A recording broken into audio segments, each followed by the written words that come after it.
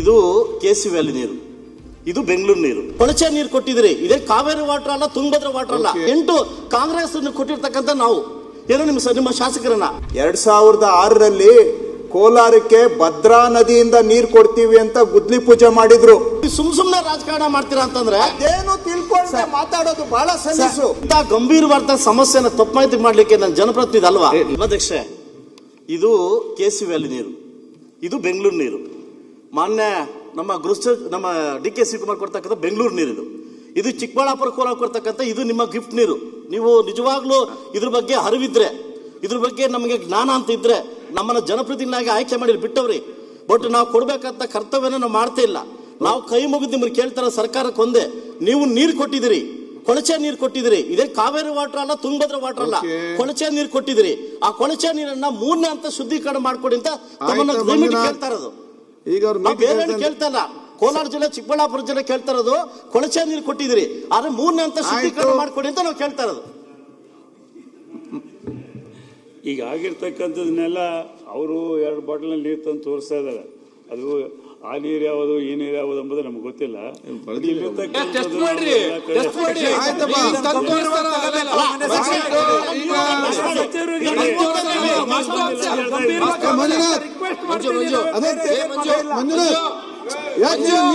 ಏನಾಗಿದೆ ನಿಮ್ಗೆ? ಮಂಜುನಾಥ್ ಅವ್ರೆ, ಸಂಸ್ಕರಣೆ ಮಾಡ್ಲಿಕ್ಕೆ ಅವಕಾಶ ಮಾಡಿ. ಆಯ್ತು, ಈಗ ಅವ್ರು ಏನ್ ಹೇಳಿದ್ದಾರೆ?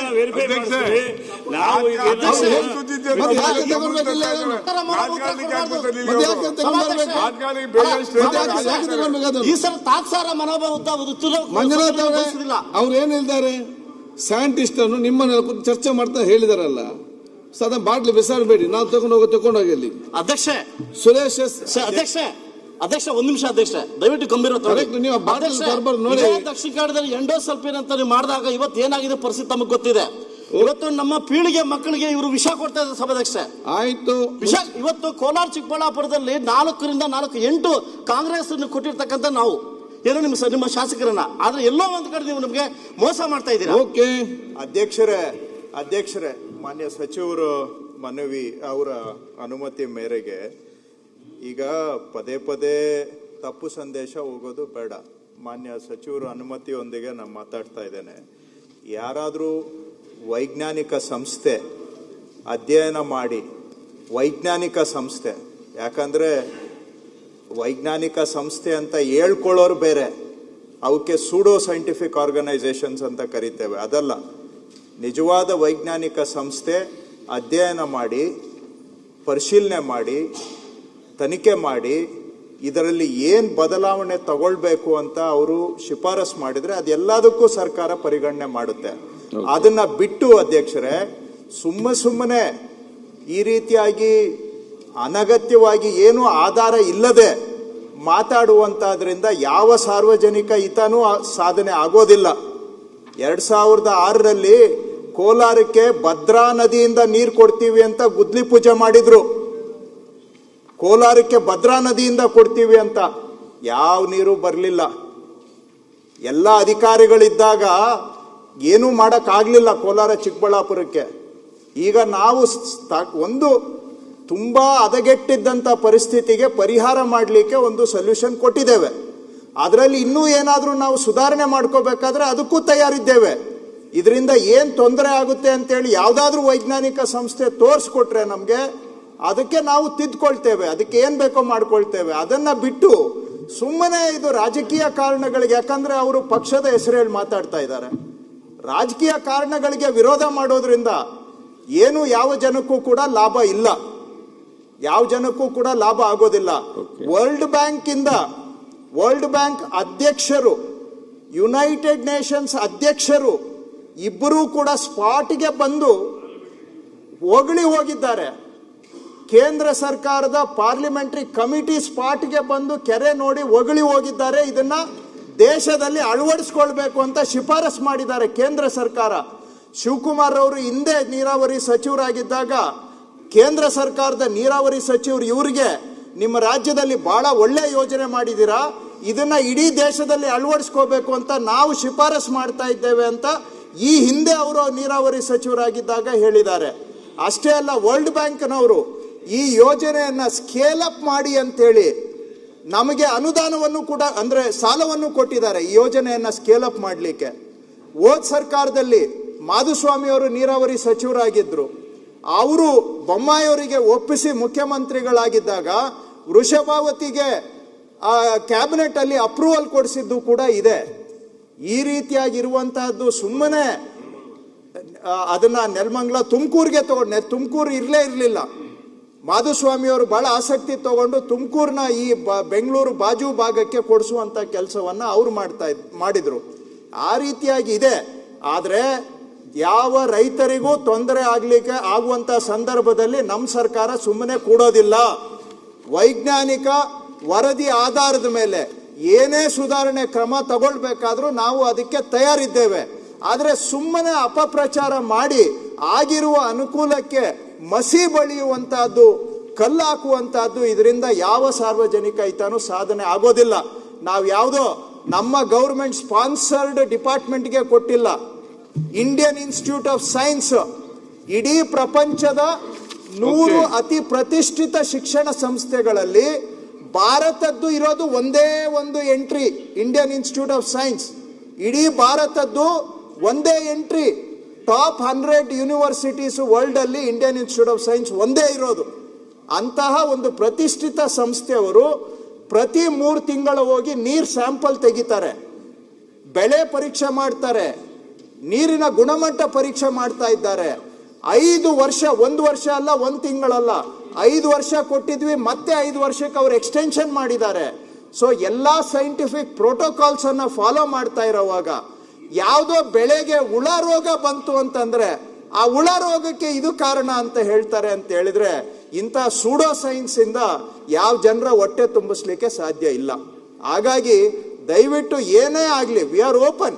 ಯಾರು ಬೇಕಾದರೂ ಸೈಂಟಿಫಿಕ್ ಆರ್ಗನೈಸೇಷನ್ ಬಂದು ಸ್ಟಡಿ ಮಾಡಲಿ, ಅವರ ರೆಕಮೆಂಡೇಶನ್ ಮೇಲೆ ನಾವು ಒಂದು ತೆರೆದ ಮನಸ್ಸಿನಿಂದ ಸುಧಾರಣೆ ಮಾಡಿಕೊಡ್ಲಿಕ್ಕೆ ಸರ್ಕಾರ ತಯಾರಿದೆ. ಅಧ್ಯಕ್ಷರು, ಸಭಾಧ್ಯಕ್ಷ ಆಯ್ತು, ಸಭಾಧ್ಯಕ್ಷ ಇಲ್ಲ, ಅದಕ್ಕೆ ಉತ್ತರ ಕೊಡ್ಬೇಕು ಸಭಾಧ್ಯಕ್ಷ. ನಾನು ಸಭಾಧ್ಯಕ್ಷ ಮೋಸ ಮಾಡ್ತಾ ಅಂತ ಹೇಳಿದಾರೆ ಅದನ್ನು ಸಭಾಧ್ಯಕ್ಷ ತಿಳ್ಕೊಳ್ಳಿ. ಅವ್ರಿಗೆ 5 ವರ್ಷದ್ದು ಕೊಡ್ತೀವಿ ಸಭಾಧ್ಯಕ್ಷ. ಸುಮ್ಮನೆ ಮಾಹಿತಿ ನಮ್ಮ ಜಿಲ್ಲೆಯ ನಮ್ಮ ಕೃಷ್ಣ ಬೈರೇಗೌಡ ಸಣ್ಣ ಒಂದು ಮಾತಂದ್ರು, ಇದು ಸುಮ್ನೆ ರಾಜಕೀಯ ಮಾಡ್ತಾರೆ ಅಂತ ಒಂದು ಮಾತಂದ್ರು. ಬಹುಶಃ ಜಿಲ್ಲೆ ಪರವಾಗಿ ನಿಮಗೆ ಸಭಾಧ್ಯಕ್ಷ ನಾನು ಕೇಳಿದ್ದೆ, ನಿಮಗೆ 3ನೇ ಹಂತ ಶುದ್ಧೀಕರಣ ಮಾಡ್ಕೊಡಿ ಅಂತ ಕೇಳಿದ್ದು. ಹೇಳಿದಾರಲ್ಲ, ಅಲ್ಲಲ್ಲ, ಅದ್ರ ಬರ್ ನೀವು ಸುಮ್ನೆ ರಾಜಕಾರಣ ಮಾಡ್ತೀರಾ ಅಂತಂದ್ರೆ ಅಧ್ಯಕ್ಷರೇ ಮತ್ತೆ ಕೇಳ್ತೀರಿ. Karnataka pollution control board, sir sorry to interfere sir, Karnataka pollution control board, central pollution control board, central water resources department, ministry of environment and forest, central government, WHO, world health organisation, ಇಷ್ಟು ಸ್ಟ್ಯಾಂಡರ್ಡ್ ಗಳನ್ನ follow ಮಾಡಿದ್ದೇವೆ. ಇಷ್ಟು standard ಅನ್ನ open water source ಗೆ ಏನು quality ಇರಬೇಕು ಅದನ್ನ ಇಲ್ಲಿ ಎನ್ಶೋರ್ ಮಾಡ್ತಾ ಇದ್ದೇವೆ. No compromise.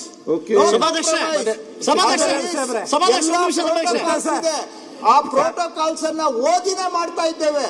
ಏನು ತಿಳ್ಕೊಂಡ್ರೆ ಮಾತಾಡೋದು ಬಹಳ ಸಲೀಸು. ಅವರು ಯಾವ್ದಾದ್ರು scientific organisations quality standards, pollution control board, central CPCB, ministry of environment and forest, NGT, ministry of ಇದು world health organisation, UN protocols, ಇಷ್ಟನ್ನು ಅಧ್ಯಯನ ಮಾಡಿ ಏನಾದ್ರೂ ನಮ್ ಕಡೆ ಕೊರತೆ ಇದೆ ಅಂದ್ರೆ ಪಾಯಿಂಟ್ ಔಟ್ ಮಾಡಲಿ. We will correct ourselves, we are ready. ಅದನ್ನ ಬಿಟ್ಟು ಸುಮ್ಮನೆ ನಾನು ಹೇಳಿದ್ದೆ ಸರಿ ಅಂತ ವಾದ ಮಾಡೋದು ಅರ್ಥ ಅಲ್ಲ. ಬಿಕಾಸ್ ನಾವು ಎಲ್ಲ ವಿಷಯದಲ್ಲಿ ನಾನು ಎಕ್ಸ್ಪರ್ಟ್ ಅಲ್ಲ. ಯಾವುದು ಎಕ್ಸ್ಪರ್ಟ್ ಆರ್ಗನೈಸೇಷನ್ ಇದೆ ಅವ್ರ ಮೇಲೆ ನಾವು ಡಿಪೆಂಡ್ ಆಗ್ಬೇಕಾಗತ್ತೆ. ಎಕ್ಸ್ಪರ್ಟ್ ಆರ್ಗನೈಸೇಷನ್ ಇದಕ್ಕೆ ಸಂಬಂಧಪಟ್ಟಿದ್ದು ಸಂಸ್ಥೆ, ಅವ್ರು ಏನೇ ಇದ್ರ ಬಗ್ಗೆ ಶಿಫಾರಸು ಕೊಟ್ಟರು ಕೂಡ ಸರ್ಕಾರ ಅದನ್ನ ಸ್ವೀಕಾರ ಮಾಡುತ್ತೆ. ಈಗ ಅವರು ಮೀಟಿಂಗ್ ಕರಿತ ಅಂತ ಹೇಳಿದ್ದಾರೆ. ನಿಮ್ಮೆಲ್ಲ ಸದಸ್ಯರು ಮೀಡಿಯಾ ಚರ್ಚೆ ಮಾಡಿದ ಹಾಗೆ ಮಾಡಿ. ಅಲ್ಲ, ನಾವು ಜನಪ್ರತಿನಿಧಿ ಕೇಳಬೇಕು. ಈ ನೀರನ್ನು ಸುಮಾರು ಅವರ ತಂದೆಯವರು ಬೈರೇಗೌಡರಿದ್ದಂಥ ಕಾಲದಿಂದ ಹೋರಾಟ ಮಾಡಿ ನಮಗೆ 1200 ಅಡಿ ಹೋಗಿದ್ದರಿಂದ ಈ ನೀರನ್ನು ಇಸ್ರೇಲ್ ಸಂಸ್ಥೆಯಲ್ಲಿ ತಜ್ಞರನ್ನು ಕರೆಸಿ ನೋಡಿ ಮಾಡಿದ್ದು. ಇದರಲ್ಲಿ ತರ್ಸರಿ ಟ್ರೀಟ್ಮೆಂಟ್ ಕುಡಿಯೋ ನೀರಿಗೆ ಮಾಡಬೇಕಾಗ್ತದೆ. ಆದರೆ ನಾನು ಒಂದು ಮನವಿ ಮಾಡ್ತೀನಿ, ಹೆಚ್ಚಿಗೆ ಮಾತಾಡೋಲ್ಲ, ಡೀಟೇಲ್ ಕೃಷ್ಣಬೈರೇಗೌಡರು ಮಾತಾಡಿದ್ದಾರೆ. 2-3 ಜಿಲ್ಲೆ ಕೋಲಾರ, ಚಿಕ್ಕಬಳ್ಳಾಪುರ, ಬೆಂಗಳೂರು ಗ್ರಾಮಾಂತರ ಶಾಸಕರನ್ನು ಕರೆಸಿ ಮಾನ್ಯ ಮಂತ್ರಿಗಳಾದಂಥ ಬಸವರಾಜ್ ಅವರು ಸೈಂಟಿಸ್ಟನ್ನು ಕರೆಸಿ, ಯಾರು ಇಂಡಿಯನ್ ಇನ್ಸ್ಟಿಟ್ಯೂಟ್ ಆಫ್ ಸೈನ್ಸ್, ಈ ತೀರ್ಮಾನ ಮಾಡಬೇಕಾದ್ರೆ ಹೇಳಿದಾಗ ವರ್ಲ್ಡ್ ಆರ್ಗನೈಸೇಷನ್ ತಗೊಂಡಿದ್ದೀವಿ, ಸೆಂಟ್ರಲ್ ವಾಟರ್ ರಿಸೋರ್ಸಸ್ ತಗೊಂಡಿದ್ದೀವಿ, ಸ್ಟೇಟ್ದು ತಗೊಂಡಿದ್ದೀವಿ. ಈ 3 ಜನನ ಕರೆಸಿ ಒಂದು ಮೀಟಿಂಗನ್ನು ಮಾಡಿ ಅವರಿಗೆ ತಿಳಿ ಮಾಡಬೇಕಾಗುತ್ತೆ. ವೈಜ್ಞಾನಿಕವಾಗಿ 2ನೇ ಟ್ರೀಟ್ಮೆಂಟ್ ಮಾಡಿ ಕೆರೆಗಳಿಗೆ ಬಿಡೋಕ್ಕಷ್ಟೇ, ಕುಡಿಯೋ ನೀರಿಗಲ್ಲ. ಕುಡಿಯೋ ನೀರು ಮಾಡಬೇಕಾದ್ರೆ ತರ್ಸರಿ ಟ್ರೀಟ್ಮೆಂಟ್ ಮಾಡಲೇಬೇಕು. ಇಸ್ರೇಲಲ್ಲಿ ತರ್ಸರಿ ಟ್ರೀಟ್ಮೆಂಟ್ ಮಾಡಿ ಕುಡಿಯೋಕ್ಕೂ ಕೊಡ್ತಾರೆ. ಇಲ್ಲಿ ನಾವು ಸೀಮಿತವಾಗಿ ಏನು ಮಾಡಿದ್ದೀವಿ, ಇರಿಗೇಷನ್ಗೆ ಗ್ರೌಂಡ್ ವಾಟರ್ ರೈಸ್ ಮಾಡಕ್ಕೆ ಮಾಡಿದ್ದೀವಿ, ಎತ್ತಿನಹೊಳೆ ಮಾಡಿದ್ದೀವಿ. ಎತ್ತಿನಹೊಳೆ ಕುಡಿಯೋ ನೀರಿಗೆ 3 ಜಿಲ್ಲೆನಲ್ಲ, ಅಲ್ಲಿ ಎಲ್ಲಿ ನಾವು ಸಕಲೇಶ್ಪುರದಿಂದ ಬರುವ ಎಲ್ಲ ಹಾದಿಯಲ್ಲಿ ಬರುವ ಎಲ್ಲ ಜಿಲ್ಲೆಗಳಿಗೂ ಕೂಡ ಕುಡಿಯೋ ನೀರು ಕೊಡೋ ಕಾರ್ಯಕ್ರಮ ಮಾಡಿದೆ. ಮಾನ್ಯ ಉಪಮುಖ್ಯಮಂತ್ರಿಗಳು ಇಲ್ಲೇ ಇದ್ದಾರೆ, ಘೋಷಣೆ ಮಾಡಿದ್ದಾರೆ 2027ರಲ್ಲಿ ಪ್ರತಿ ಗ್ರಾಮಕ್ಕೂ ಕೂಡ ಕುಡಿಯೋ ನೀರನ್ನು ಕೊಡ್ತೀವಿ ಅಂತ ಹೇಳಿದ್ದಾರೆ. ಸಮಾಧಾನವಾಗಿ ಮಂಜುನಾಥ್ ಅವರು ಪ್ರಶ್ನೆ ಕೇಳಿದ್ದು, ಸಂಶಯ ಏನಿದೆ, ತರ್ಸರಿ ಟ್ರೀಟ್ಮೆಂಟ್ ಯಾಕೆ ಬೇಕು ಕುಡಿಯೋ ನೀರಿಗೆ? ಸೆಕೆಂಡ್ರಿ ಟ್ರೀಟ್ಮೆಂಟ್ ಮಾಡಿದ್ರೆ ಕೆರೆಗಳಿಗೆ ಬಿಡ್ತೀವಿ, ವಾಟರ್ ರೀಚಾರ್ಜ್ ಆಗ್ತದೆ. ಇವತ್ತು 200 ಅಡಿ 300 ಅಡಿಗೆ ನೀರು ಬಂದಿದೆ. ಇದೆಲ್ಲ ನಾವು ಮಾಡಿದ್ದು, ಇದನ್ನು ಅರ್ಥ ಮಾಡ್ಕೋಬೇಕು. ಅವತ್ತು ನಾನು ಇದೇ ಮುಖ್ಯಮಂತ್ರಿಗಳು ಸಿದ್ದರಾಮಯ್ಯನವರು ಇದ್ದಾಗ 3 ಮೀಟಿಂಗ್ ಮಾಡಿದೆ. ನಾನು ಕೇಂದ್ರದಲ್ಲಿ ಮಂತ್ರಿ ಇದ್ದೆ. ಎಲ್ಲ ಪಕ್ಷಾತೀತವಾಗಿ ಬಿಜೆಪಿ, ಕಾಂಗ್ರೆಸ್ಸು ಮತ್ತು ಜನತಾದಳ MLA ಕರೆಸಿ ನಿಮ್ಮನ್ನೆಲ್ಲ ಒಪ್ಪಿಸಿ ತೀರ್ಮಾನ ಮಾಡಿದ್ರು. ನಾನೇ ಅದರ ಜವಾಬ್ದಾರಿ ತಗೊಂಡಿದ್ದೆ. ಎಲ್ಲ ಶಾಸಕರು ಇದ್ದರು. ಇವತ್ತು ನಾನು ಇಷ್ಟೇ ಹೇಳ್ತೀನಿ, ಒಂದು ಕಮಿಟಿಯನ್ನು ಇವ್ರನ್ನ ಎಲ್ಲ ಶಾಸಕರನ್ನು ಕರೆಸಿ ಮಾನ್ಯ ಮಂತ್ರಿಗಳು ಒಂದು ಮೀಟಿಂಗನ್ನು ಮಾಡಲಿ. ನಾವು ಅದರಲ್ಲಿ ನಾನು ಕೃಷ್ಣಬೈರೇಗೌಡರು ಕೂಡ ಭೇಟಿ, ಅಲ್ಲ ಇಂಡಿಯನ್ ಇನ್ಸ್ಟಿಟ್ಯೂಟ್ ಆಫ್ ಸೈನ್ಸ್ ಅವ್ರನ್ನ ಕರೆಸಿರಿ, ಅವರ ಅನುಮಾನವನ್ನು ಪರಿಹಾರ ಮಾಡೋಣ, ಮತ್ತೆ ಮುಂದೆ ಏನು ಮಾಡಬೇಕು ಅನ್ನೋದನ್ನು ಮಾಡೋಣ. ನಮಸ್ಕಾರ. ಸುರೇಶ್ ಕುಮಾರ್ ಎಸ್. ಅಧ್ಯಕ್ಷ ಒಂದು ಮನವಿ. ಅಣ್ಣ ಸುರೇಶ್ ಅಣ್ಣ, ಒಂದು ನಿಮಿಷ. ಅವರು ನಮ್ಮ ಮಾನ್ಯ ಸಚಿವರು ಹೇಳಿದ್ರು ತಪ್ಪು ಮಾಹಿತಿ ನೀಡ್ತಾವ್ರೆ ಅಂತ ಅಂದ್ರು. ಏನು ನಾನು ತಪ್ಪು ಮಾಹಿತಿ ನೀಡ್ತೀನಿ ಅಂತ ಸಚಿವರು ಅಂತ ಹೇಳಿದ್ರು. ಅಲ್ಲ, ಒಂದು ನಿಮಿಷ. ಇಂಥ ಗಂಭೀರವಾದ ಸಮಸ್ಯೆನ ತಪ್ಪು ಮಾಹಿತಿ ಮಾಡ್ಲಿಕ್ಕೆ ನಾನು ಜನಪ್ರತಿನಿಧಿ ಅಲ್ವಾ? ದಯವಿಟ್ಟು ಕರ್ತವ್ಯ ತೆಗಿಬೇಕು ಅದನ್ನ. ಆಯ್ತು. ಸುರೇಶ್ ಕುಮಾರ್. ಯಾವುದೇ ಸುದ್ದಿಯ ಅಪ್ಡೇಟ್ ಅನ್ನ ಮಿಸ್ ಮಾಡ್ಕೊಳ್ಬಾರ್ದು ಅಂದ್ರೆ ಈಗ್ಲೇ ಒನ್ ಇಂಡಿಯಾವನ್ನ ಸಬ್ಸ್ಕ್ರೈಬ್ ಮಾಡಿ. ನಿಮಗೆ ಬೇಕಾದ ಭಾಷೆಯಲ್ಲಿ ಎಲ್ಲಾ ಸುದ್ದಿ ತಿಳಿಬೇಕು ಅಂದ್ರೆ ಒನ್ ಇಂಡಿಯಾ ಆಪ್ ಅನ್ನ ಡೌನ್ಲೋಡ್ ಮಾಡ್ಕೊಳ್ಳಿ.